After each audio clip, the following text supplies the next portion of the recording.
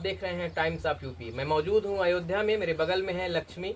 दुर्भाग्य से बचपन से ही इनका दोनों पैर जो है वो सही सलामत नहीं है। ये बेहद गरीब परिवार में लव मैरिज शादी करके आती हैं और इसके बाद यहाँ से अब वो यूट्यूब पर स्ट्रगल कर रही हैं कि यूट्यूब को साथ देगा और वो अपनी गरीबी को दूर कर पाएंगे। लेकिन उनके जीवन की पूरी कहानी क्या है, उस कहानी को मैं जानने की कोशिश कर रहा हूँ। लक्ष्मी, कैसे हो आप? मैं ठीक हूँ भैया।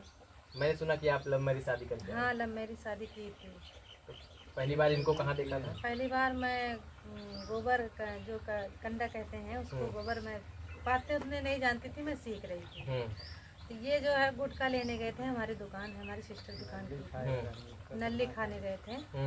तो बोले कि आप हाँ सीख लीजिए, आपको कहीं काम आ जाएगा।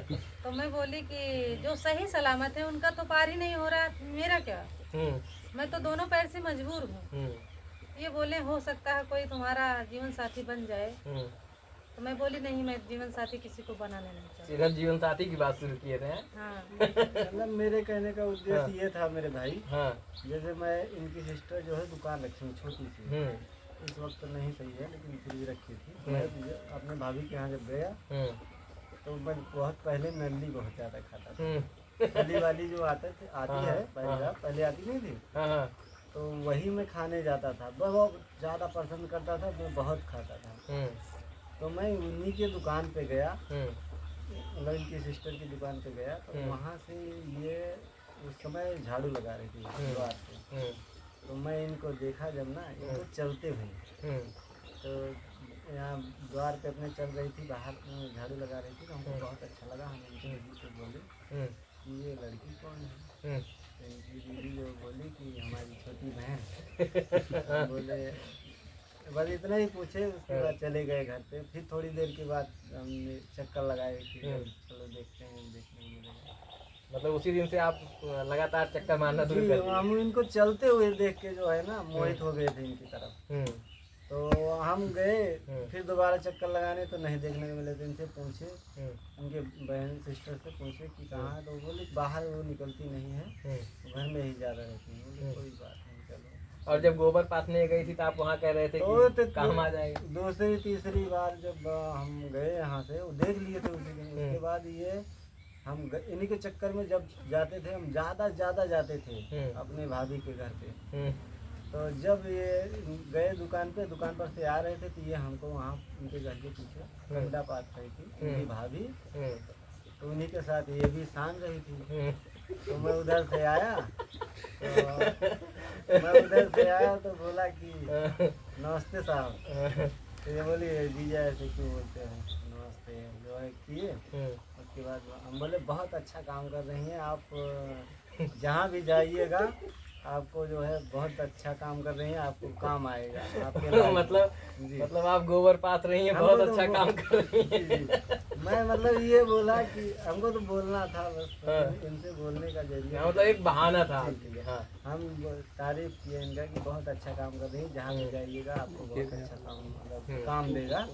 कि ये बोली कि जो है कहाँ जाएंगे, जो अच्छा भला है, जो उनका जो इस साथ ही नहीं देता, हम तो बहुत मजबूर हैं, ऐसे हमको कौन पूछने वाला है, इस प्रकार से बोले। तो हम उसी वक्त हम इनको बोल दिए थे कि भाभी, मतलब इनसे बोले, उस समय हम इनको भाभी ही बोलते थे। हम बोले भाभी जो है आप मुझसे करिएगा, तो ये बल्कि बोले कि बहुत मजाक उड़ाते हैं आप, ऐसे क्यों बोलते हैं। मतलब पहली बार में ही आपने बोल दिया था कि शादी करने के लिए? उसी वक्त बोल दिए थे। तो ये बोले कि ये मज़ा मत लो, सीख रहे हैं। उस समय बोलने के बाद ये बोली मज़ा मत मेरा लीजिए। बोले मज़ा नहीं ले रहे हैं, हकीकत कह रहे हैं। उतना समय तक वही बात हुई, इनकी भाभी भी थी, क्योंकि पहली बार बोल रहे थे, ज़्यादा देर तक बात नहीं कर पाए, इसलिए हम भाग के चले आए, इतना ही बात करके चले आए।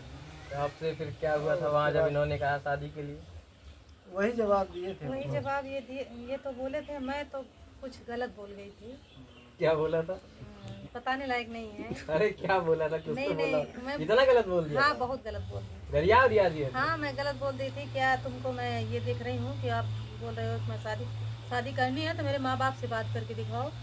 तो बोले कि दो, किसी का फ़ोन दो। मैं अपने भैया को दी डायरेक्ट दी, भैया ने मुझे मना कर दिया कि वहाँ शादी नहीं करनी। शादी जो है रिश्ता नहीं कर पाएंगे उनके घर में। तो जलने के लिए। तो फिर मेरी सिस्टर मैं बोली कि ये बोले करना चाहती हो कि नहीं, तो मैं उस समय मैं बोली नहीं, मैं मेरे घर वाले जो चाहते हैं मैं यही करूँगी। ठीक है। तो फिर ये लगातार कॉल करने लगे कि आपसे अगर शादी नहीं होगी तो मैं जो है बहुत चाहता हूँ, ये बहुत बहुत कुछ बोले। मैं इनसे रिक्वेस्ट उस समय तो मैं जो है इनके बातों में खूब अच्छी तरीके से मैं आ गई। और तब फिर जो है धीरे धीरे पता नहीं कैसे इनके तरफ मैं मोहित हो गई। मैं खुद नहीं जान पाती थी कि मैं इतना क्यों इनको चाहने लगी। हाँ, तो ये जो है कॉल करके बातें करने लगे। तो मैं तभी मेरी एक दीदी ब्यूटी पार्लर वाली दीदी है, बोली अगर लड़का चाह रहा है भले सो कोई है, इससे नहीं मतलब है, अगर लड़का चाह रहा है तुम कर सकती हो, अगर कर लोगी तो तुम्हारे जो है कमा कर खिला तो लेगा, नहीं तो जो है जैसे अपाहिज हो वैसे मिलेगा, तो इससे अच्छा कर लो, कमा कर खिलाएंगे। तो मैं बोली नहीं, इतना जो है पिताजी देख के आए हैं गरीब हैं। तो फिर बाद में मैं सोची होंगे गरीब, इससे नहीं मतलब है, मैं करूँगी तो उन्हीं से करूँगी। तो आप बहुत अमीर घर की लड़की हैं क्या? अब ये नहीं कहेंगे कि अमीर घर की हैं, बस भगवान के दया से हमारे माँ बाप के अंदर कोई चीज़ की कमी नहीं है। ठीक है, समझ गया। हाँ, संपन्न है, उस लायक है। हम ये नहीं कह रहे हैं कि हम बहुत अमीर घर के हैं, अमीर क्यों बताएं हम। हाँ, मतलब यहाँ से आपका हालात ज्यादा अच्छा है। हाँ, यहाँ से बहुत हालात यहाँ अच्छा से है। हालात वहाँ का ठीक है।